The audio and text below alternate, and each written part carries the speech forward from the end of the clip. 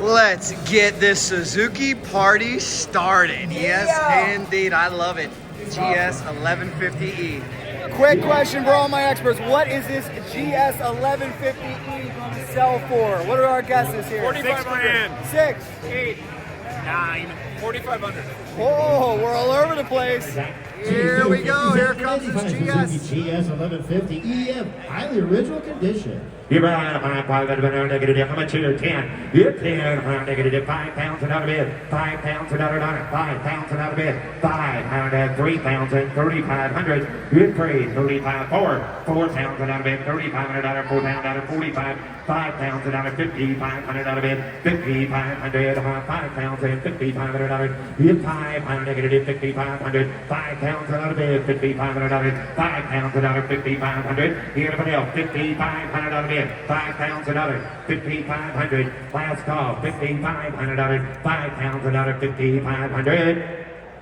Close bid at 5 pounds another bid goes on at 5. Amazing, amazing to me. $5,000 for that classic. It is 10 pounds out of I just bid, don't 10, understand 35, 4. 4,500, 4,500, 4 pounds another, 4,500 out of bed, 4,500, 4 pounds. Total head scratcher to me, guys, why those 1150Es are not more collectible. Maybe I'm biased because I'm a drag racing guy, but I think they're great bikes. They look awesome.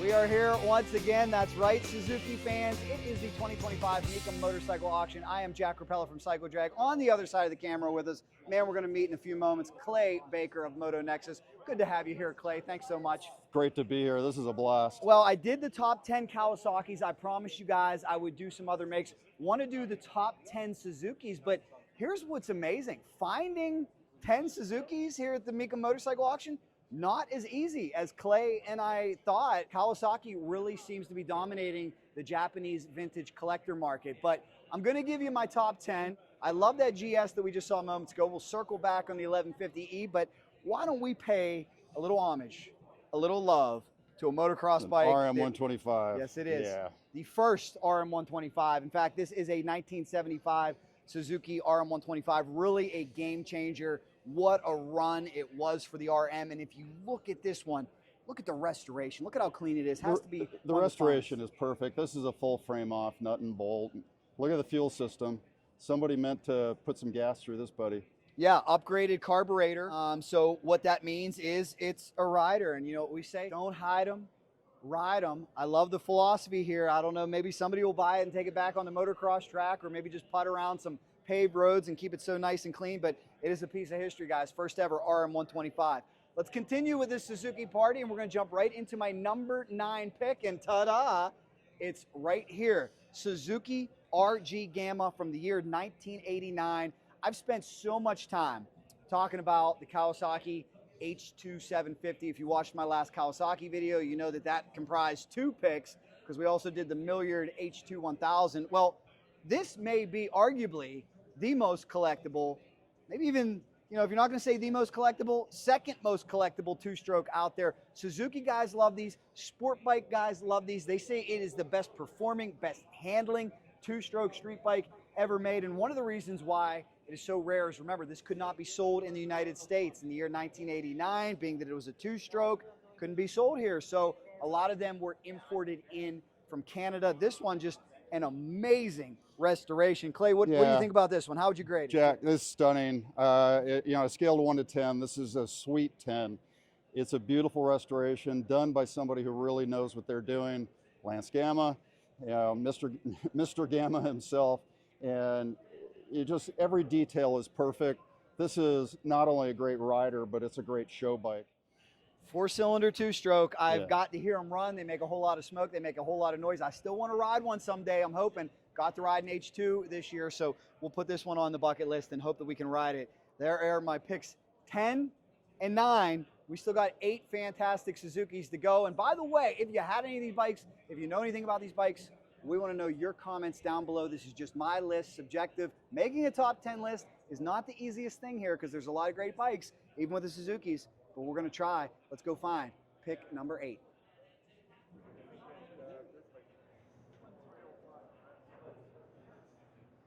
Continuing to take that walk. There's my man Clay. Clay, I'll tell you, we're taking a long walk, and it's not the easiest to find Suzukis here, is it? What's going on with Suzukis in this collector market? I'm exhausted trying to find one, so I hope next year we're going to see a whole bunch of Suzukis out here because somebody must have them at home getting restored because there are not many here. I don't know why. I love the GS. Maybe I'm biased as a drag racing guy, but why has the GS not approached the levels that we're seeing with the KZs? And, you know, I don't expect it to be a Z1. I don't expect the GS to be a 73 Z1, but it seems like those bikes are going for pennies. Yeah, I mean, I guess, would have thought we'd find a Hayabusa, right? Oh, yeah, there is one. We'll give you a little foreshadowing, too. I don't want to give away too many hits. But, I've missed it. We got more coming. We're hunting for Suzukis. So much to see here, guys. Let's see what we can find. What do we have for pick number 3? Take a look at it. If you follow this channel, we have seen a million gazillion of these on the drag strip. Gotta love them. This one is the 2002 GSXR 1000. Now, what is so special about this motorcycle that I wanted to point out? Well, guys, it's a brand new 02. We're told this one was in the crate until 2024, and take a look at it. It is mint. It is flawless. It has become such an iconic motorcycle. I don't know how some of these stories exist like this. I don't know how people are able to preserve them without opening them, but less than 1,000 miles on it. Do we know, is this, I'm wondering, are these the tires from 2002? I think they are. We could check the date code on the tire and figure it out, but look at, there's nothing on the edges. This bike was never leaned over. Amazing. Amazing. Such a powerful bike, such a legendary bike, great bike in drag racing, great bike in road racing, and great street rider as well. So it is my pick for the 7th best Suzuki here, this 2002 brand new GSXR 1000.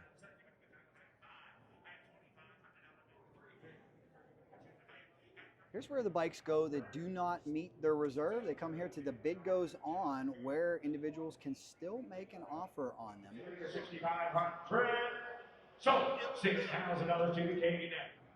Got to double back. We saw it earlier in this video. You saw it in the thumbnail. It's a bike that I love. Take a look at it, guys. 1985 GS 1150E, and I'm scratching my head. I'm a bit mystified.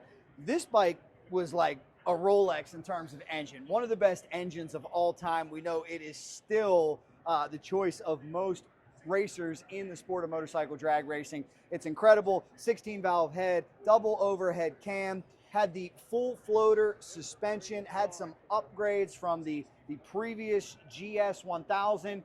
Here's my big question, Clay. I was astounded that this bike did not meet a $5,000 reserve. How does that happen?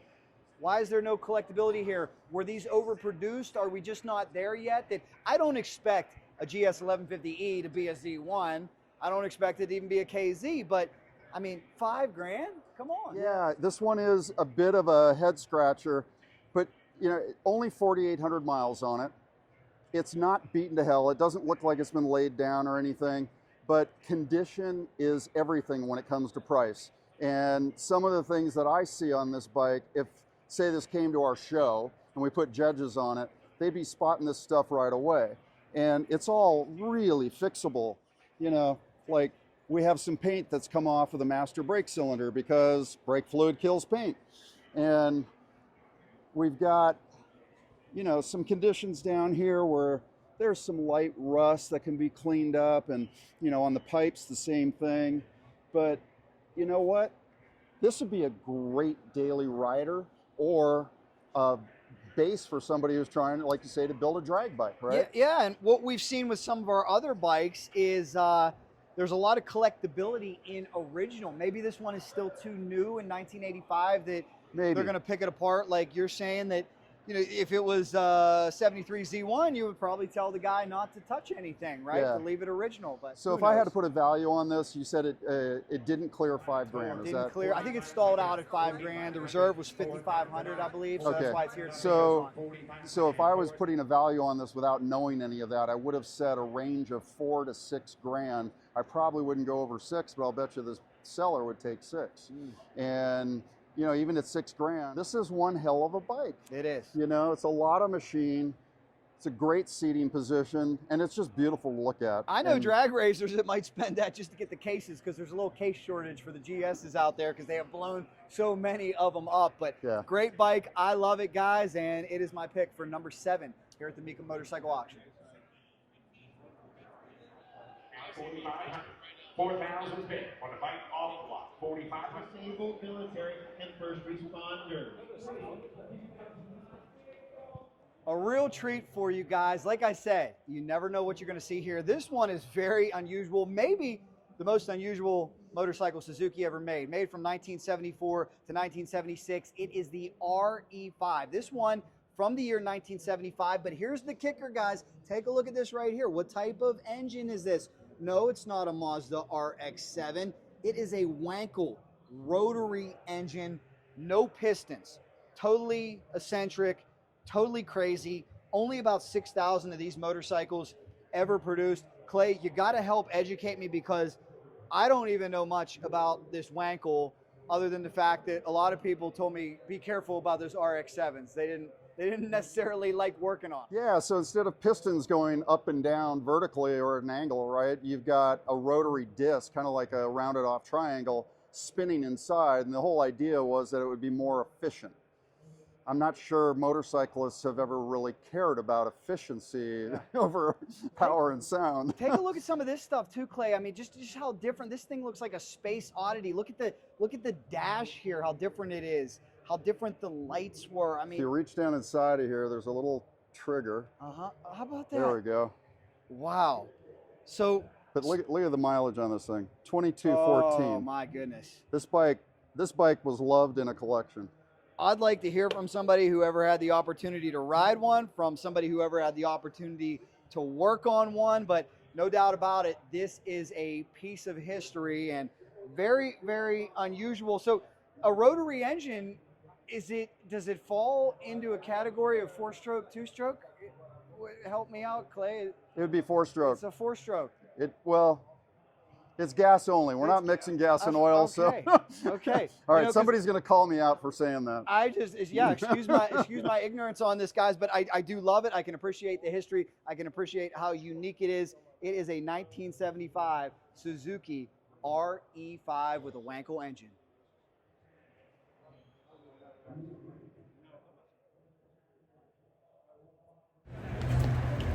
What a great turnout this year. Just getting started.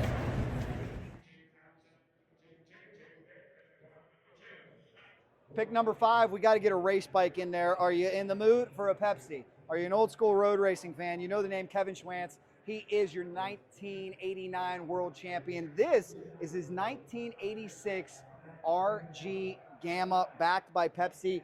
This is not a replica, we're told. There were some replicas floating around. This is authentic. When you talk about the race world, you always wonder, when there's practice bikes and backup bikes and which one actually was on the track. There's maybe questions that we're just not quite able to answer. The reason I say that is there was a Chad Reed bike that sold in here a few years ago. I walked up to Chad and showed him that, and he said, yeah, we had 5 or 6 bikes that year. Some of them only hit the practice track. So you never really know, but you got to believe this bike being upstairs here at Mecum is going to check out. Here's the question I have for you, Clay. From a collector's standpoint, we don't typically see race bikes do well vis-a-vis stock motorcycles, but being that this one is so famous, is it going to have a chance to fly? Yeah, there's going to be just a smaller crowd that's going to really know this bike or race bikes in general.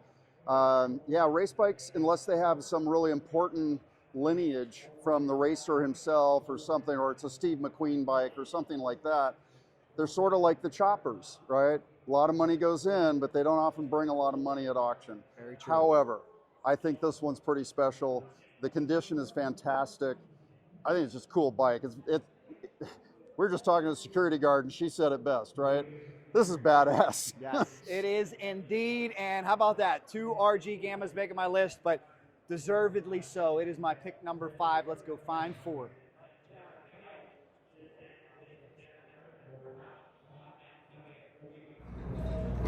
Everywhere you look in this place, you'll find more and more motorcycles.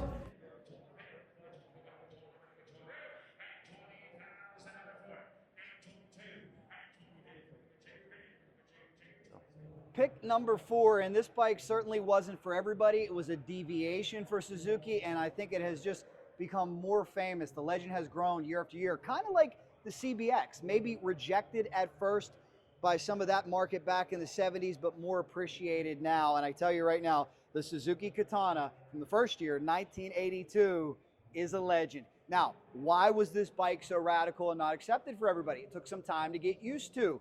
We had the GS out, okay, so this was nothing like the GS. Take a look at this tank, humpback tank, okay? You also had this two-tone seat back here. That was a deviation. Clip-on handlebars, the rear set foot pegs. Everything about this bike was unusual, but it was fast. It was incredibly aerodynamic. It was really, really snappy. It was a lot of fun. About 111 horsepower. And what we're seeing now today is that this bike is so desired that they're rolling out the retro models.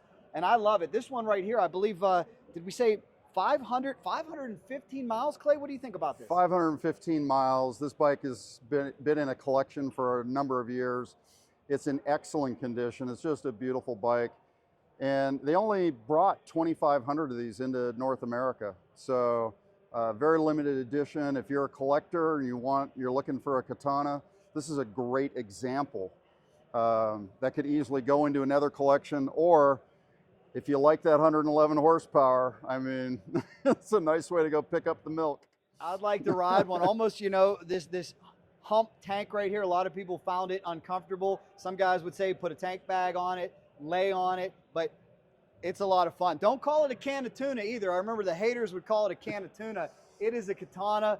It is awesome. It is a piece of history, and it is my number 4 pick on my list of top 10 Suzukis here this year at Mecum. Clay, have you found some youth? Yes, I found some youth. So, you know, the Scotts Valley Motorcycle Show that I do with my friends, we're constantly creating events to bring more youth in, figure out what excites them. And so when I saw this young man here walking through the Mecum Motorcycle Auction, I'm like, dude, what are you doing here? It's just really cool to see all like this old stuff. Yeah? Yeah. So, have you seen something you really like you'd want to have or want to ride? I mean, like a few things. Like I saw you eyeing this XR75 over here, and that's Yeah. what guys my age all started out on, or hope to have. yeah, I have an XR80 at home. Oh, wow. Okay. Well, this isn't fair. I didn't know you had bikes. Yeah. And you like the New York Giants? Yeah. But you're hanging out with John Harbaugh, coach of the Baltimore Ravens. What's going on over here? I don't know. He started on an 83 XR80. Awesome. That's awesome. It's pristine. Still original tires, still original grips. Oh, that's Barn fantastic. find. My brother-in-law's barn find. Great. Well, it's great to see That's some awesome. youth, man. So awesome. What's your all-time favorite motorcycle? My dirt bike. There you go. XR85. Yep. I like it. Awesome. Thanks for being here. Thanks a Thank lot, man. you.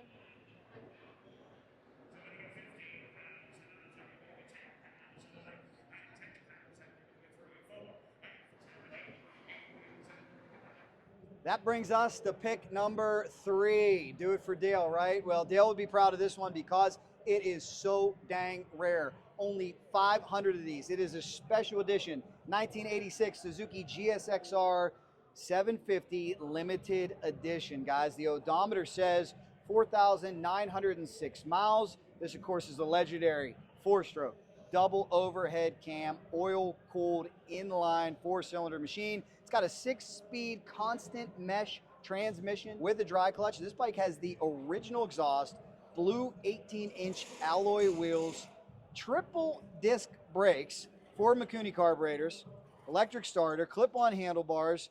The original price was $6,499, making it the most expensive Japanese sport bike available in that period. And really, as I give this one the eye test and Clay helps me, Clay, it's a piece of history that has lived on. I mean, how would you assess this condition? Looks outstanding. Absolutely. The condition, given it's not a high mileage bike, but it's been ridden, right? And it looks super clean. So unless bodywork has been replaced, it's just really clean. And the paint is still sharp and bright. It's not faded from being out in the sun or anything. I think it's excellent.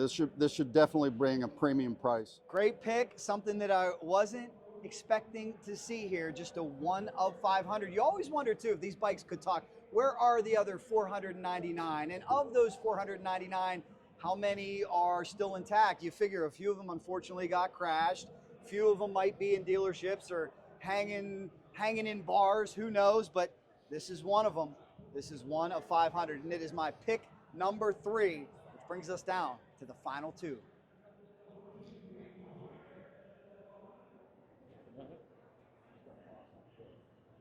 I'm gonna be about 5 for 5. I'm gonna be about 513. I'm gonna be 13. 5. Sold 13. Sold 13,000. Megan. Now I'll bring T 170.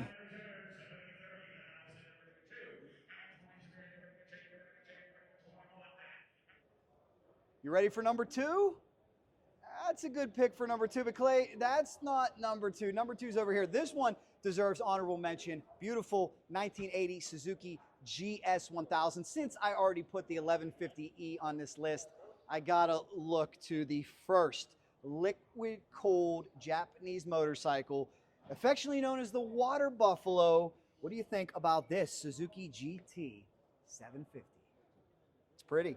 It's pretty, but you know, Clay. You know, what? Cool, Clay. We got. I got to challenge you, Jack. Come here over here for a second, Clay. I got to challenge you on this one Take a look because at it. my eye at a distance is already finding an issue. Come check. What do we got going on over here? Welcome to the What do we world. got there? Well, Clay, I got an Okay, idea. all right, and I see some paint chips and some other issues. I saw an ultra cherry one over here, so why don't we take a little walk? Let's take a and walk. check out our number 2 over there. And look at this, through the magic of teleportation, or maybe just walking a few steps here at the Mecum Motorcycle Auction, we found one a little bit cleaner. And Clay, this is something that we see. You never know what you're going to get here. Some guys, just like at your show, the Moto Nexus show, we saw an H2 that was filthy dirty. Some guys don't even believe in cleaning them because they want to keep them that original. The comeback to that, by the way, something I think my dad and a few others said about that H2 is it didn't come with the dirt from Kawasaki. But come take a look at this one. This is certainly a bike that I want to give a nod to as my number 2 pick. It has a special footnote in history. First liquid cooled motorcycle from Japan, affectionately known as the Waterbuffalo.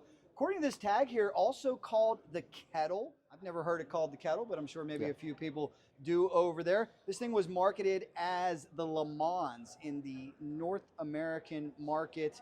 It was a 5-speed manual gearbox with a wet clutch, 738cc liquid cooled 2-stroke triple, 3 cylinders here. So here's my big question. Will this ever even remotely approach an S2, an H1? I'm not even gonna say H2 because I don't think it'll ever approach an H2, but it is significant. It is a 2-stroke, it is a triple. Why do you think these bikes are slipping through the cracks? This is a piece of history. I don't know that many guys had these bikes, you know, when they were new back in the day. I'm not really sure on the numbers, but for whatever reason, it's sort of an under the radar collectible. And, you know, when they're in pristine condition, which I've seen, they can command big money, you know, well over 10 grand. And I've seen some go for a lot more than that. But, you know, this has been somebody's rider. It wasn't polished or really cleaned up for this event. But it's still a really excellent example of a Buffalo. Well, I love not only seeing bikes, but making new friends at Mecum Motorcycle Auction. What's your name, sir? Oh, I'm Kerry Pierno, Mechanical Advantage Garage on YouTube. Good to see you, man. Where are you from? I'm from Columbus, Ohio. Oh, good stuff. Buckeyes in the house. Right. Everybody check them out for sure. But you just mentioned something about this front wheel that I would like you to please say. Oh, yeah, sure. So this is the 72 Suzuki GT 750. And the front drum on these bikes is actually a one-year-only item. It came on the 72 GT 750 and the GT 550. After 72, they converted these to dual disc. Now, what makes it interesting is these are kind of a rare piece because the guys who road race in Arma and Wera vintage bikes, this is a class-legal 4-leading shoe drum that's actually an approachable price. The only other 4-leading shoes would be Gramekas, Oldanis, Cherryanis, things of that nature, and usually those are magnesium, so they're hard to come by and they have to be Magnaflux, whereas these are old-fashioned aluminum. And you know, now they seem to be trading for about $750 to $1,000 a drum if you can find them. Wow, good stuff, man. Thanks a lot for telling me. Do appreciate it. We're loving hanging out with all the motorcycle enthusiasts. Kid knows his stuff, doesn't he? He knows his stuff. Yes. it could surprise us on the auction block. It could really surprise us because the paint and body work, and it looks mechanically fine. It's just cleanup work to make it, you know, a Taco Tuesday winner.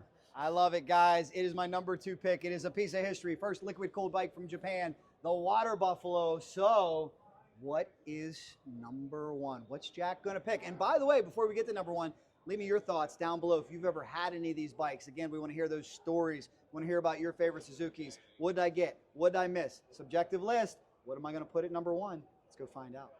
Well, guys, there's a Bimoto Kawasaki, but Bimoto could actually be on a Suzuki list, right? It could, yeah. If it could have an S nomenclature or Suzuki on it. Bimoto makes their bikes from components from other manufacturers, and so if you see an S model, for instance, that would be a Suzuki power plant and some other components in the Bimoto bike. So here's your 1 extra throw-in for the Suzuki top 10. Very interesting. Thanks so much, Clay. Just to prove that we weren't kidding, there's the Bimoto Suzuki. The SB2, the S indicates that it's a Suzuki. So here's your 1 more Suzuki for Mecum's top 10 Suzukis. Yeah, check it out. Lots of Hondas, lots of Yamahas, so many cool bikes. I really hope you guys are enjoying this coverage. What is number 1? What is number 1, Clay? I don't know. You've kept this a secret all along. I want to see number 1. There's a reason I kept it a secret, because I know there's a certain group of people in the audience out there I that are see going it. to throw tomatoes. I think I know what you were going to do. That are going to throw rocks. What you see it are? Is it I don't know, another Waterbuffalo? Is it a rare GSXR 750?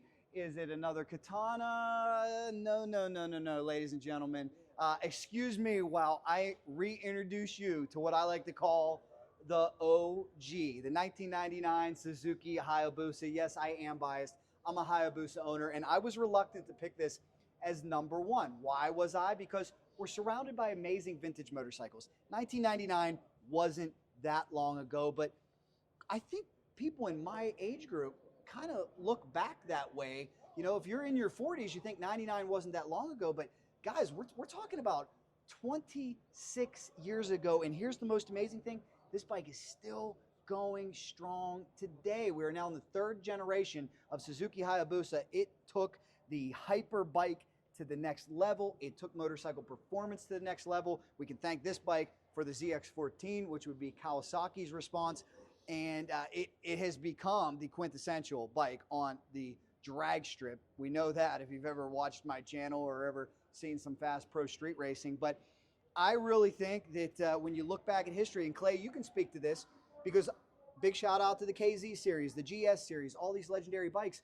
If you look at their runs, you know, a few years here, decade here, 26 years. Yeah, who would have thought this there aren't too many models in the motorcycle world where everything is purpose built for a specific rider, for a specific purpose, under certain conditions, and to have a bike that hangs around for all these years, right? You said over 25 years, right? Yeah, 1999. And, wow.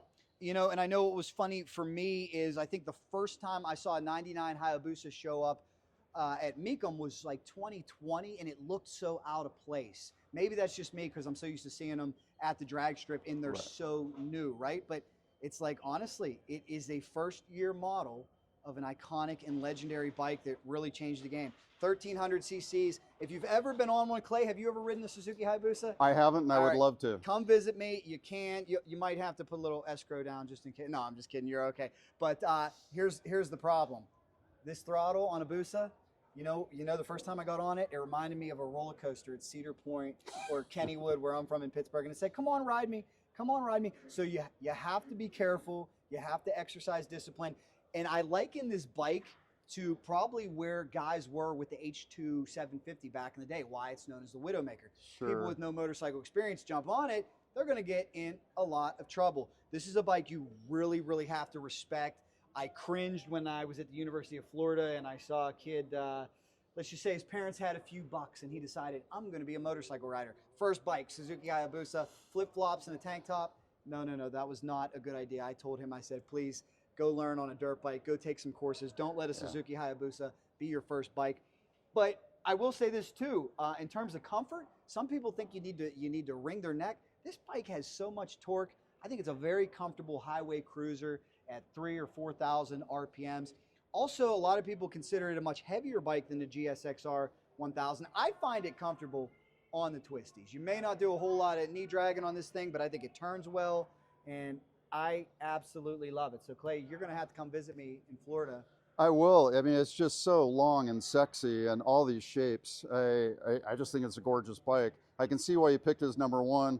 I was thinking that maybe you picked it because you follow drag racing, and these are all over the drag strips. I don't follow drag racing, and I know they're all over the drag strips. That's what a lot of people in the comments are going to say. Throw those tomatoes. You know, I deserve it. They say, Jack, how could you walk by that Waterbuffalo? How could you walk by that other classic? But come on, guys. I think it's time we give the respect this motorcycle deserves. Anytime you make it through 3 generations, 26 years and counting. And here's the next question for all you out there.